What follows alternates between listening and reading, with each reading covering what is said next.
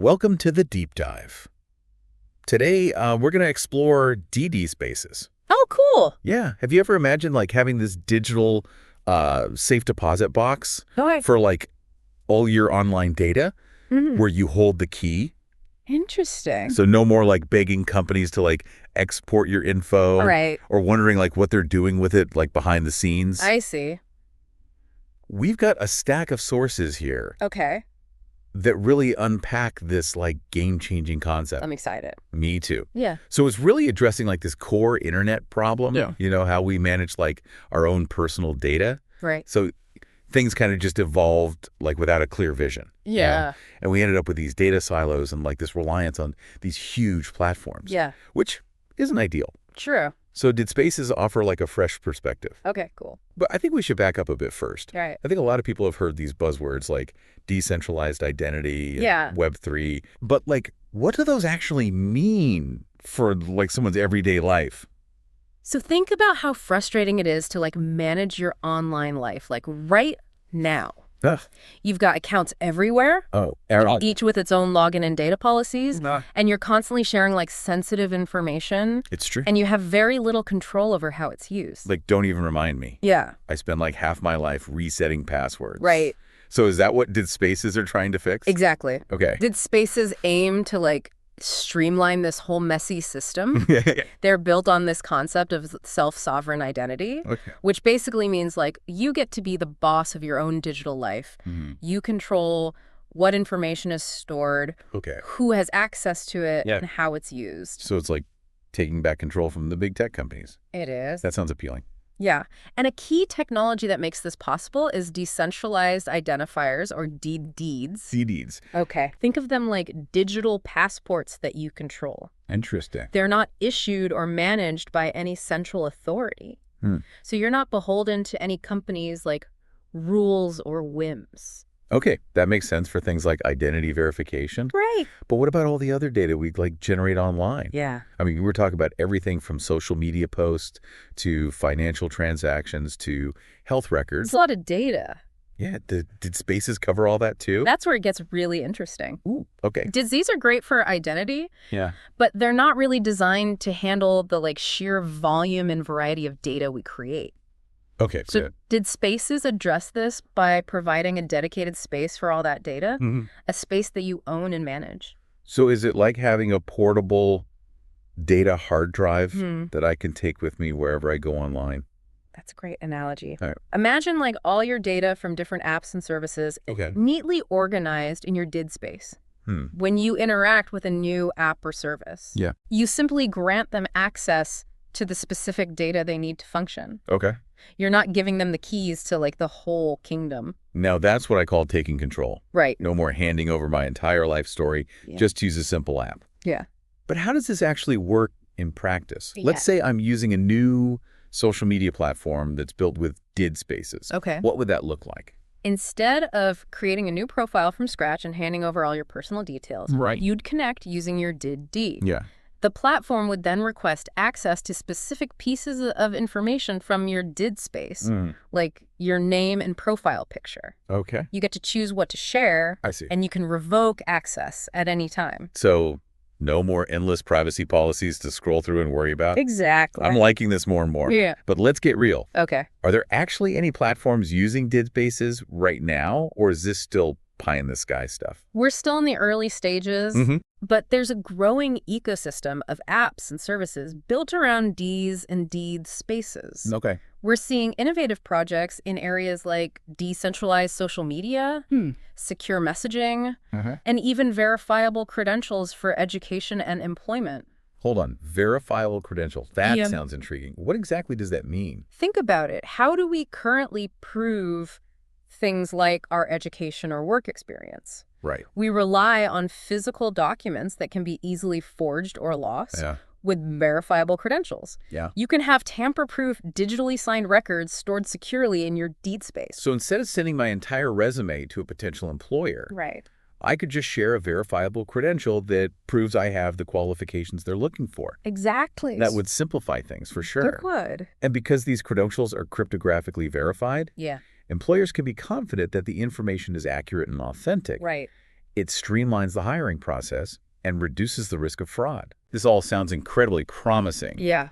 But I'm sure there are challenges too. Of course. Right. What are some of the hurdles that spaces might face as they move from concept to mainstream adoption? Well, one of the biggest challenges with any new technology is the learning curve.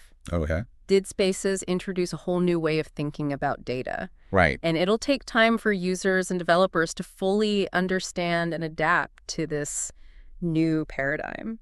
So education is key here. Yes. We need to make sure people understand not just the how, but also the why of did spaces. Absolutely. Okay. And we need to address concerns about security Right. with users taking control of their data. The responsibility for security also shifts. I see. We need to empower users to manage their did spaces securely, protect their private keys, and understand the potential risks involved. Because if someone loses their private keys, it's like losing the key to their data vault, right? It is. That sounds pretty serious. Yeah, we need to make sure users have the tools and knowledge to safeguard their information. Yeah. And then there's the issue of interoperability. For did spaces to truly thrive, they need to work seamlessly with a wide range of applications and services. We need to establish standards and protocols that ensure different did space implementations can communicate and share data effectively. Okay, so we've got education, security, and interoperability as key challenges. Right. Anything else we should be thinking about? Scalability is another important consideration. Okay.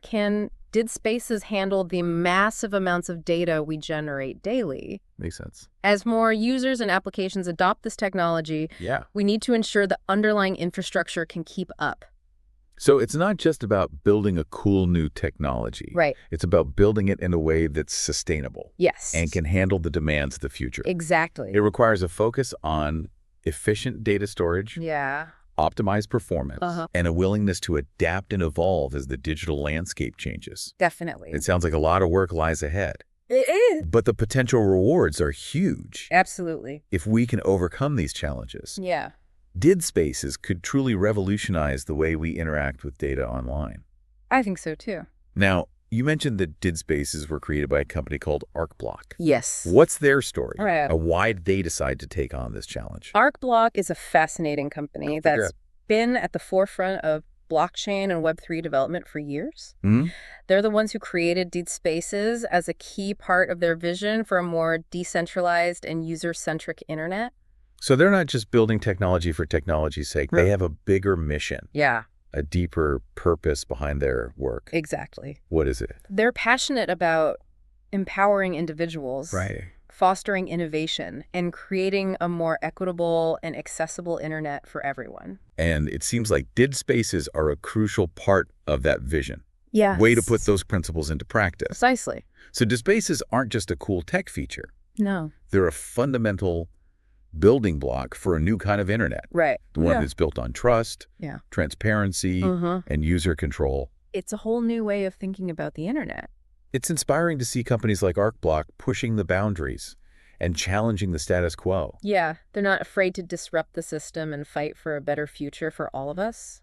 And they're not doing it alone. Right. They're actively fostering a vibrant community of developers and users. Definitely. Encouraging collaboration and open source contributions. It's very community driven. That's what I love about the Web3 space. Yeah. It's all about collaboration, community, and shared ownership. It's a movement. It feels like a true movement.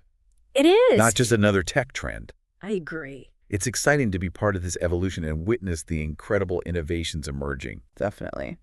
This has been an incredible deep dive so far. Yeah. We've explored the history of data management, the technical foundations of did spaces, the incredible benefits for both users and businesses, and the real-world applications that are already starting to emerge. It's exciting stuff. But before we get ahead of ourselves, I think it would be helpful to understand, the reasons why ArcBlock created did spaces. Yeah, that's a good point. What were the key factors that led them to develop did spaces? What problems were they trying to solve? One of the primary motivations was a deep concern about the growing power of centralized platforms and the erosion of user privacy.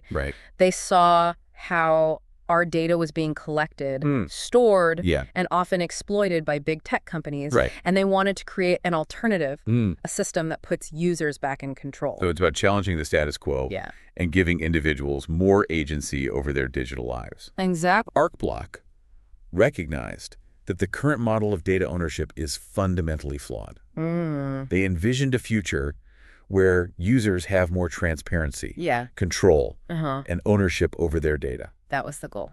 It's inspiring to see a company taking a stand like that, especially in an era where data has become such a valuable commodity. It is. And spaces are more than just a technological solution. Right. They represent a philosophical shift, a recognition that our data has an intrinsic value and that we should have the right to manage it as we see fit. It's about data rights. So they're not just building a new technology. They're building a new paradigm for how we think about data and its role in our lives. It's a whole new way of thinking about data. That's what makes this so exciting. I agree. It's not just about incremental improvements. It's about fundamentally changing the way we interact with the digital world. It's a paradigm shift. I'm eager to learn more about how they actually went about building this new paradigm. What were some of the key design principles that guided the development of DID spaces? Well, one of the core principles was user-centricity. They wanted to create a system that is easy to use, intuitive, and empowers users to manage their data without needing a PhD in cryptography. So no more clunky interfaces or complicated settings. Yes, the goal. We need to make it so easy that even my grandma can use DID spaces. Exactly. User experience was paramount. Yes. They also prioritized security and privacy. Of course. Ensuring that users have complete control over their data and who has access to it. Right. And of course, interoperability was a crucial consideration as they wanted to create a system that could work seamlessly with a wide range of applications and services. That was key. It sounds like they really thought this through. They did. They weren't just focused on building a cool technology. No. They were thinking about the bigger picture and how this could change the way we interact with the internet. So they were aiming for mainstream adoption from the very beginning. They were. They wanted to create a system that could empower everyone, not just a select few, to take control of their digital lives. That's right. That's a powerful vision. It is. And it's clear that they've put a lot of thought and effort into making that vision a reality. A lot of work went into it. But I'm curious, how did they actually go about bringing DID spaces to life? Sure. What were some of the key technological innovations that made this possible? Well, a lot of it comes down to their deep expertise in blockchain technology. Okay. They recognized that blockchain provided the perfect foundation for a decentralized, secure, and transparent system for managing digital identity and data. Okay, so blockchain is a key piece of the puzzle here. It is. Can you explain a bit more about how it works in the context of DID spaces? Sure. Blockchain acts as a secure and immutable ledger. Okay. Where all the interactions and data transactions related to DID spaces are recorded. Because blockchain is decentralized. Right. There's no single point of control or failure. Okay. It's a distributed network, making it incredibly resilient and resistant to tampering. So it's like having a public record of all our data transactions, but in a way that's secure and protects our privacy. That's a good way to think about it. Okay. The blockchain ensures the integrity of the system, while the use of DIDs and other cryptographic techniques protects your personal information. I see. It's a brilliant combination of technologies that enables a truly user-centric approach to data management. Okay, so we have blockchain as the foundation. Right. But what about the DD spaces themselves? Okay. How are they actually structured and managed? Think of a D space as a secure container for your data. Okay. It's like a digital vault that you control, and you decide what information goes in and who has access to it. So it's not just one big storage space. No. It's more like a collection of different compartments or folders. Exactly. Okay. And you can have different spaces for different types of data, like a space for your personal information, a space for your financial data, and a space for your health records. And I have complete control over who can access each space. Absolutely. Okay. You can grant granular access, permissions to different individuals or applications. You can give your doctor access to your health records, your bank access to your financial information, and your social media platform access to your profile data. So it's like having a personalized data management system that allows me to share my information selectively and securely? Exactly. That's incredibly powerful. It is. But how do I actually interact with my did space? Sure. Do I need to learn some complicated software or coding language? Not at all. Oh, good. ArcBlock has developed user-friendly tools and interfaces that make it easy for anyone to manage their did spaces. You can think of it like an app on your phone or computer where you can view your data, manage permissions, and interact with different services that are integrated with did spaces. So they've really focused on making this accessible to everyone, not just tech-savvy users. Exactly. They understand that for did spaces to achieve widespread adoption, they need to be easy to use and integrate into our everyday lives. Right. I'm really impressed with the thought and care that has gone into building this system. Thank you. It's clear that ArcBlock is committed to creating a more equitable and user-centric internet. Yeah, that was the goal. And did spaces are a testament to that commitment. It's good to see it coming to fruition. So picking up where we left off, I think it's important to highlight that did spaces, they aren't just some abstract concept or a technology of the future. They're being used right now to build real-world applications that are already making a difference. That's what I was hoping we'd dig into. Yeah. Give me some concrete examples. What are some of the most exciting use cases for did spaces that are emerging right now? One area that's particularly ripe for disruption is the world of social media. Okay, social media. Yeah, we've all seen how centralized platforms can be vulnerable to censorship, data breaches, and algorithmic manipulation. It's a mess. Did spaces offer a way to create decentralized social networks where users have more control over their data and their online experience? Okay, so walk me through this. What would a decentralized social network built on did spaces actually look like? Imagine a platform where you own your profile data and choose what information you share with others.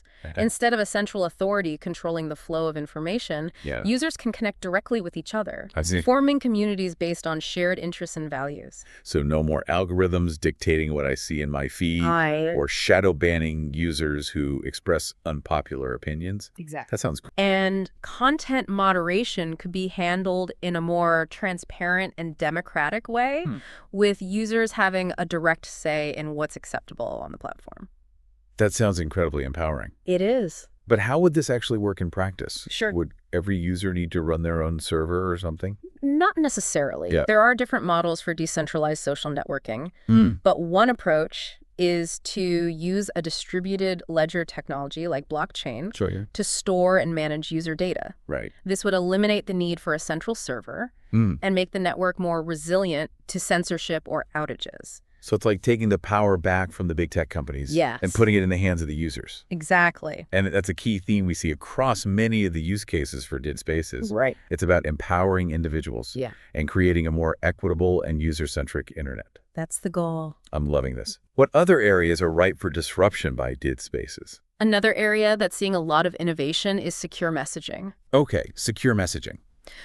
We're all increasingly concerned about the privacy of our online communications. Oh, absolutely. Especially with the rise of data breaches and government surveillance. Don't get me started on those endless data breaches. I know, right? It seems like every other week I'm getting an email from some company telling me my information might have been compromised. It's a real problem. Yeah. But did spaces offer a solution? By using end-to-end encryption and decentralized storage, we can create messaging platforms where only the sender and receiver can access the content of their conversations. So no more third parties snooping on our chats. Exactly. Or collecting our data for targeted advertising. That's right. Sounds amazing. It puts the control back in the hands of the users, ensuring that our communications remain private and secure. This all sounds incredibly promising. It is. But are there any real-world examples of these types of applications already in existence? There are. Oh, really? Or is this still mostly theoretical? No, there are already a number of projects and platforms out there that are using did spaces to build innovative new solutions. Like what? For example, there's a company called Mention Specific Company Name, which is developing a decentralized social media platform that gives users complete control over their data and content. That sounds amazing. Are there any others? There was also a mention another company name, which is building a secure messaging app that leverages DID spaces to ensure end-to-end encryption and privacy. That's cool. And we're even seeing DID spaces being used in the field of healthcare. Healthcare, really? To create secure and portable electronic health records. Healthcare, that's huge. It is. Can you elaborate on that a bit more? Sure. How are DID spaces being used to improve healthcare? Think about how fragmented our health data is right now. Right, it's everywhere. It's scattered across different doctors' offices, hospitals, and insurance companies. Making it difficult to access and manage. Oh, I know that struggle. Yeah. I swear, every time I see a new doctor, I have to fill out the same forms over and over again. It's so annoying.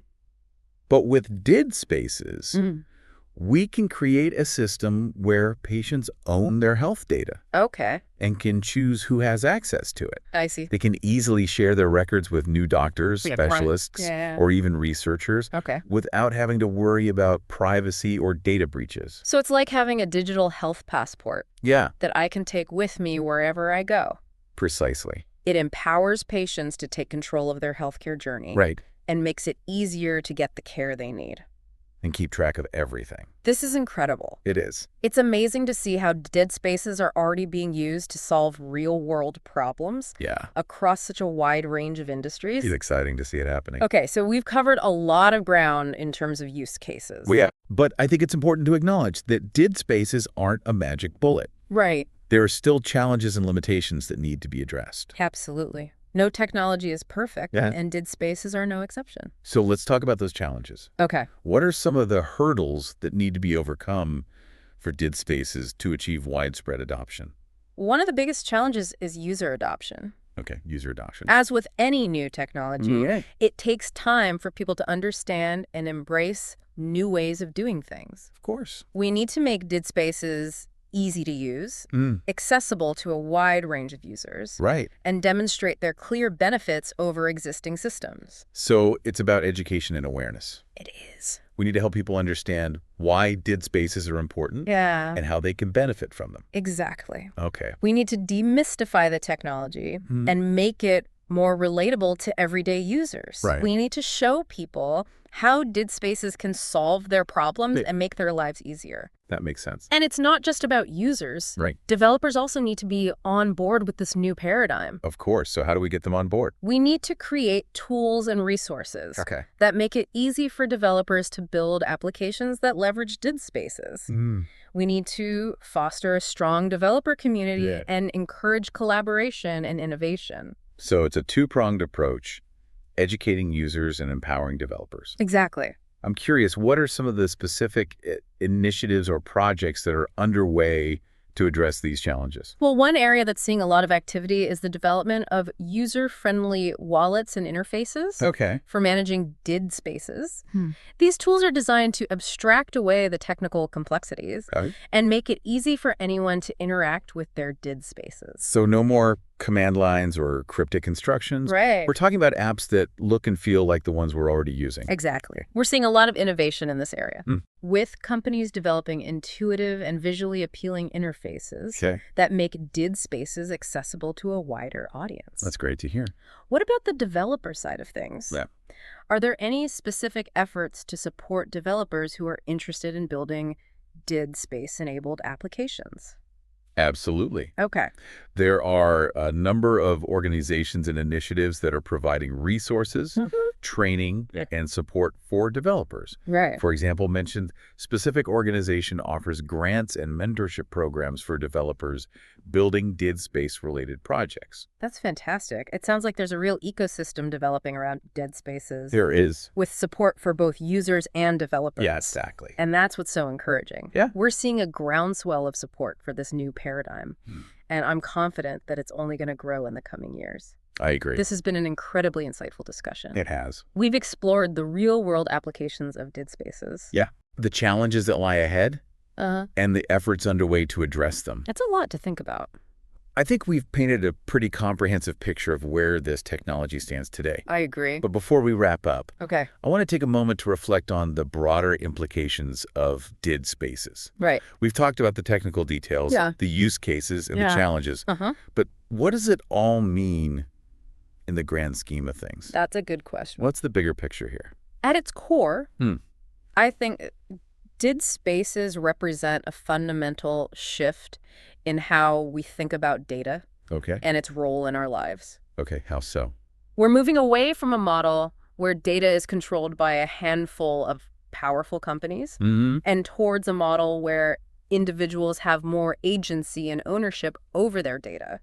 So it's about leveling the playing field and creating a more balanced relationship between individuals and technology companies. Exactly. It's about creating a system where users have more agency, transparency, and control over how their data is used. It's about putting the power back in the hands of the users.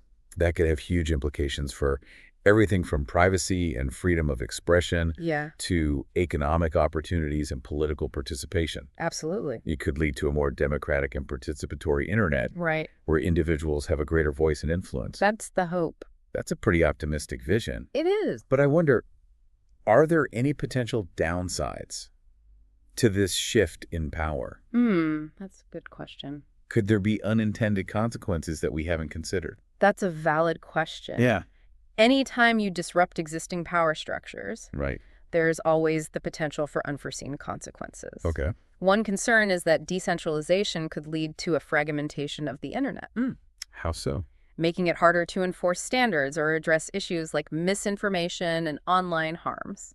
So it's a bit of a double-edged sword. In a way. We want to empower individuals. But we also need to find ways to ensure that this new decentralized landscape remains safe and accessible for everyone. Exactly. It's a complex challenge. It is. And there's no easy answer. I agree. It requires a thoughtful and collaborative approach that involves technologists, policymakers, and users working together to shape the future of the internet. It's a group effort. That's a great point. It's not just about technology. It's about people and how we choose to use these tools to shape our world. Right. Speaking of the future. Yeah. What are your predictions for DID spaces in the coming years? I believe DID spaces are poised for significant growth and adoption.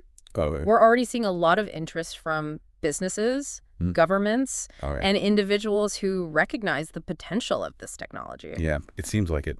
I think we'll see DID spaces integrated into a wide range of applications and services from social media and messaging platforms to healthcare systems and financial institutions. So you're envisioning a future where DID spaces become an integral part of our digital lives. Much like the internet itself has become. Exactly. I think DID spaces have the potential to become the foundation for a more secure, equitable, and user-centric internet.